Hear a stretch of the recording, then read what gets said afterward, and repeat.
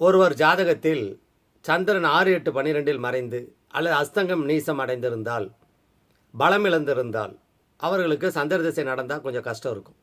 அல்லது சந்திரன் சனியுடன் சேர்ந்திருந்தாலோ செவ்வாயுடன் இணைந்து பார்வை பெற்றிருந்தாலோ சந்திரன் மனோகாரகன் கெட்டு போயிருப்பாங்க. தாயாருக்கும் அவங்களுக்குள்ள உறவுகள் சுமூகமாக இருக்காது. இதற்கு எளிய பரிகாரம், கேரளாவில் காலடி அப்படின்னு ஒரு இடம் இருக்குது. ஆதிசங்கரர் அவதாரம் செய்த இடம். அங்கே ஆதிசங்கரருடைய தாயாரை தகனம் செய்த இடம் இருக்குது. துளசி மாடம் வச்சுருக்காங்க.